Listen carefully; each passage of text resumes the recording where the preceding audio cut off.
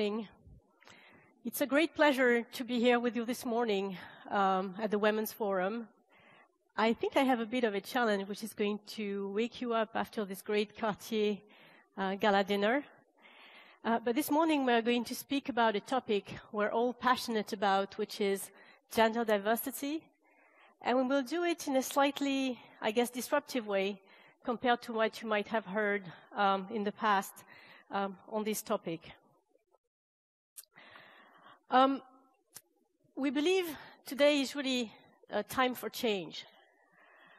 It's time for change. When we look at numbers, you've heard about those numbers, women today make up about 55% of master's degree globally in many countries.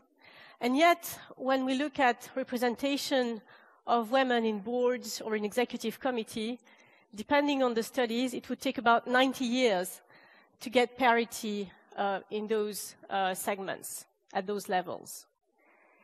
If we try to forget about the fact that we're speaking about people, that we're speaking about women, when we step back, I guess there are very, very few resources that are so underutilized in business. So when we founded Diverseo, we looked for solutions. We had a vision which was to change the paradigm in diversity management to get impact. And in our quest for solutions, we turned to science.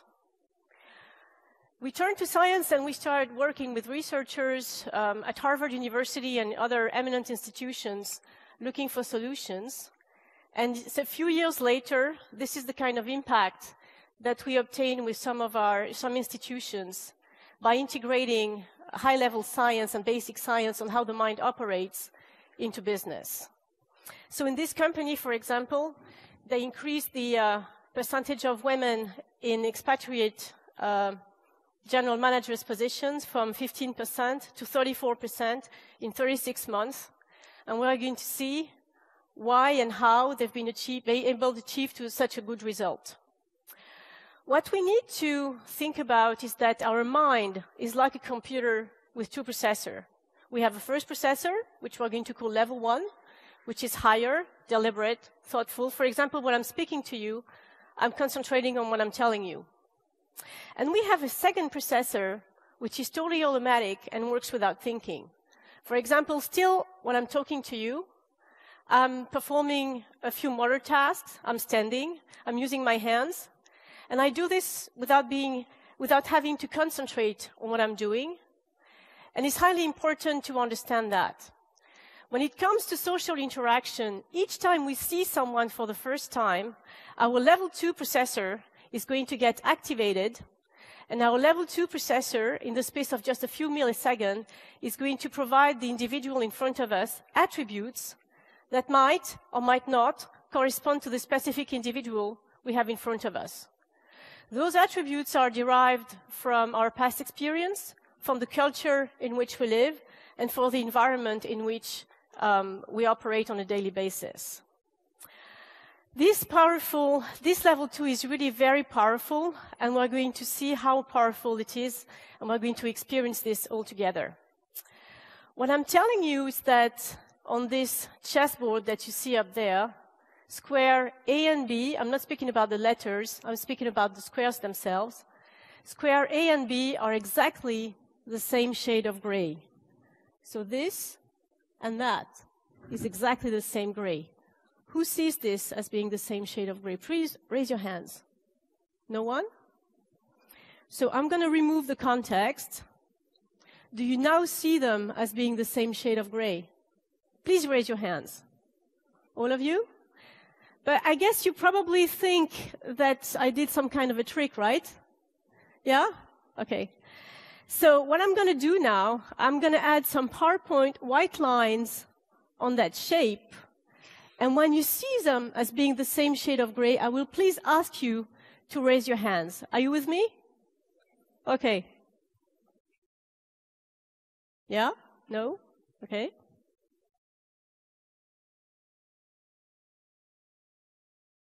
Anyone? Okay. So what's interesting here, if I remove the white lines and you see the shape again, even though your level 1 knows that A and B are exactly the same shade of gray, your level 2 is so powerful that you just cannot see them as being the same shade of gray. And you might wonder why, right? So what's happening here is that around A, the squares are lighter, right? Around B, they're darker. And then you have the cylinder here, which is projecting a shadow, which is further reinforcing this impression. What's really important to understand is that the representations we have in our minds are not the direct representation of reality. The representations we have in our minds are our interpretation of reality.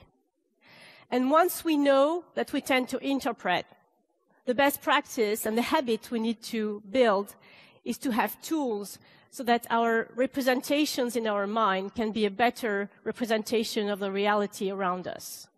And the tool that I have built for myself here on this shape is this gray rectangle, because once I link A and B here, I see them as being exactly the same shade of gray. Now, for those who have doubts, you can come to the other session we'll have later today and play with my computer and see that there is absolutely no trick here on this shape. So now we're going to do a sort of group exercise. I will ask all of you to participate. We're going to make a small test. You will see words and pictures on the screen there. Each time you will see the picture of a male, you will say left as loud as you can. And each time you will see the picture of a female, you will say right again as loud as you can. Are you with me? I need to hear everyone. And please go as fast as you can. If you make mistakes, it's okay. We're going to go on. Okay? Let's go.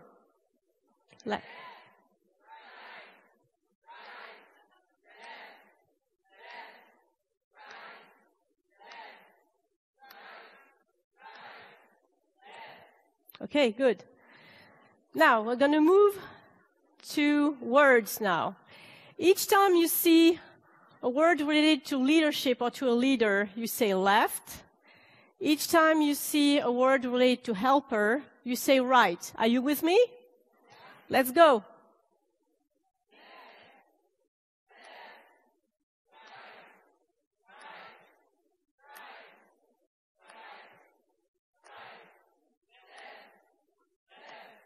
Okay, louder, faster, okay? It's going to get a bit more complex now. Each time you see a word related to leader, you say left. The picture of a man, you say left. Word related to helper, you say right. Picture of a woman, you say right. Are you with me? Let's go, as fast as you can.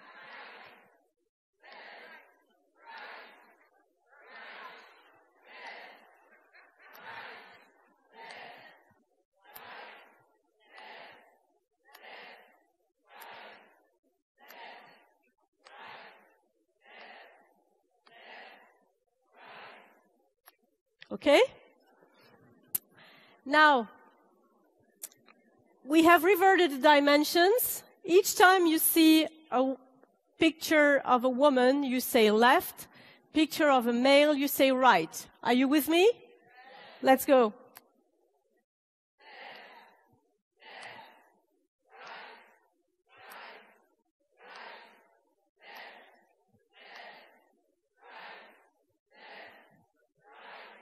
Okay. Now, again, we have two dimensions. Each time you see a word related to leader, you say left. A word related, a picture of a female, you say left. Word related to helper, you say right. Picture of a male, you say right. Are you with me? Let's go. As fast as you can, as loud as you can.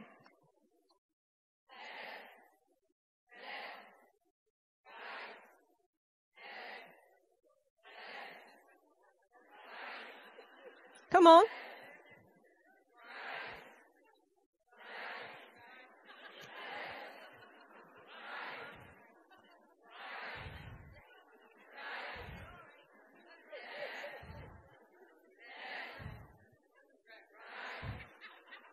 Okay.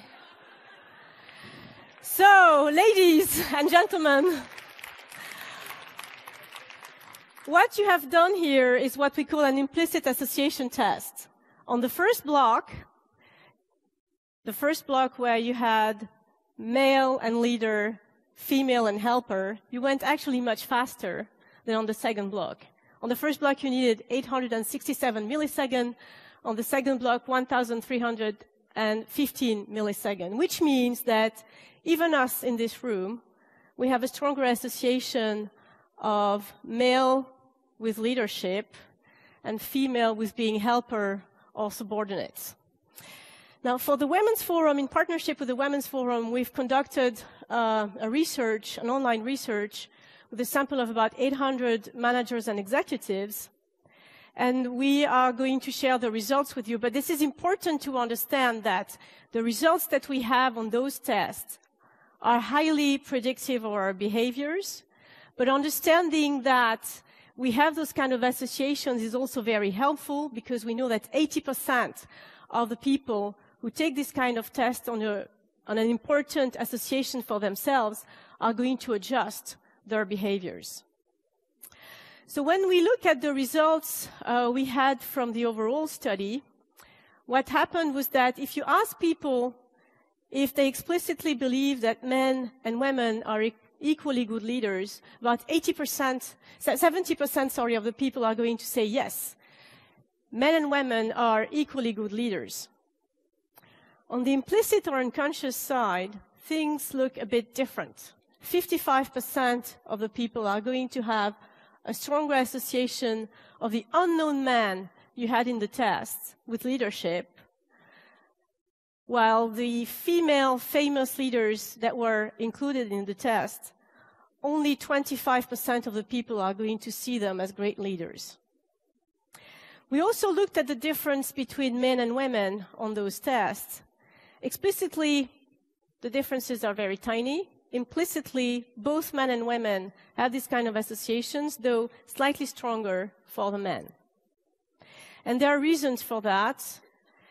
The leadership equal male association is very sticky. We thought maybe it's because people did not recognize the women. Well, when they recognize 5 women or more, the scores are about the same. But they also believe that they recognize the men, and they probably also have an association of those men being extremely good leaders. We looked at whether there were differences across functions or industries. Well, yes, there are, and some have a bigger challenge than others. In marketing or HR, globally, associations are about neutral, including at the implicit level, whereas in operations and engineering, people have a stronger association of men with leadership. Across industries also, the results look slightly different. In the general population, we had an average association of about 0.2. Consulting looks having a bit stronger association of men with leadership, followed by financial services and telecoms, with government being much more neutral than all others. Many people believe that time will solve the issue. Well, here, what we've seen was that the younger generation actually has a stronger association of male with leadership, and that was not because they didn't recognize the women. So time will not solve the issue. We shouldn't wait to act. So then what needs to be done? There are other solutions, but in this test, in the research, what we've seen is that role models do have an impact. Men who work mainly with female executives or female managers have a stronger association of female with leadership. There could be 2 reasons. Those men are more inclined to be willing to work with a female boss, but we also know that through the research with malleability of bias, that working with a female leader on a daily basis does change such associations. Now, you might wonder why this is important to look at those topics and those numbers.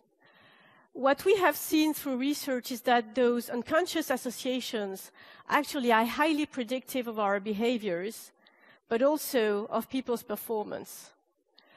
if you interact or if you work in a culture or an environment where people have those kind of associations, or people believe and see women more as helpers than as leaders, we know that this is a criteria. This is one reason why women are going to opt out or are going to go more into the support roles or the support functions in companies.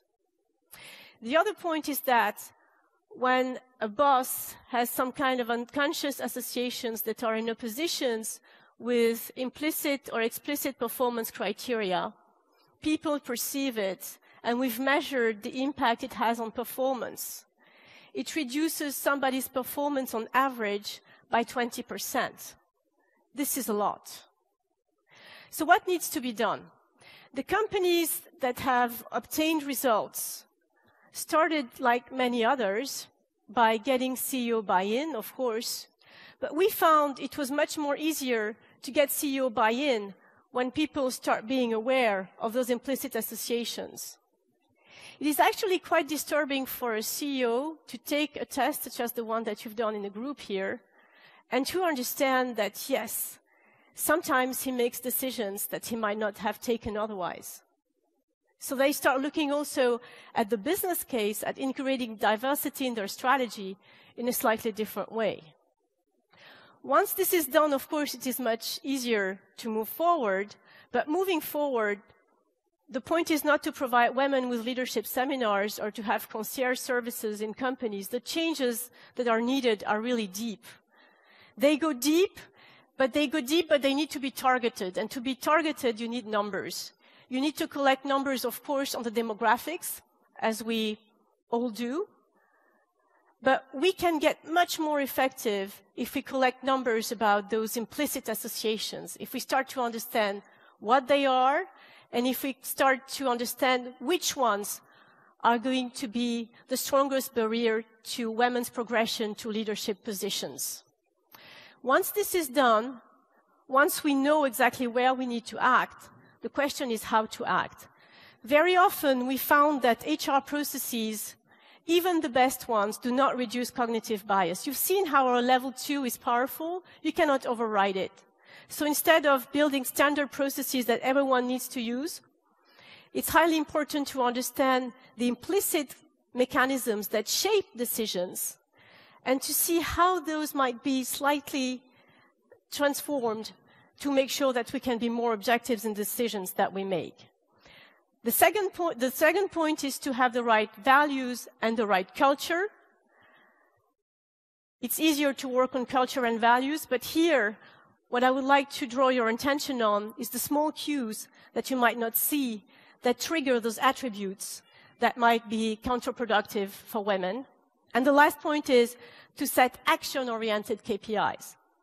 What we've seen is that having a sort of 30% target very often reminds everyone about the fact that a professional is not only a professional but a woman, triggers the stereotypes. So setting actions and checking that the actions are effective is probably the best lever moving forward. Thank you.